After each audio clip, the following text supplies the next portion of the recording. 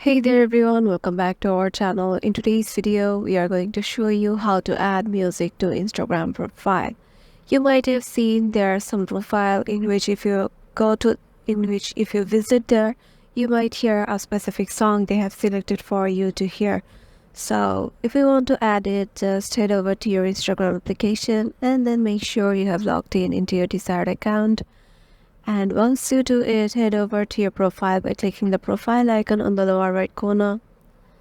And then just go to edit profile.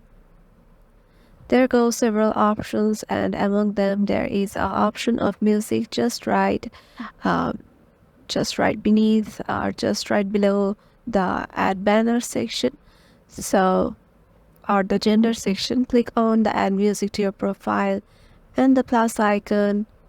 And here goes the lists of songs you want to add, and if you can just add it according to your taste or a artist or any genre you want. You just need to search it, and currently I'm just going for this one and tapping the check mark, and then again by tapping the check mark this music is added to my profile. And then I'm just going back, and here goes the music that I have selected for my profile.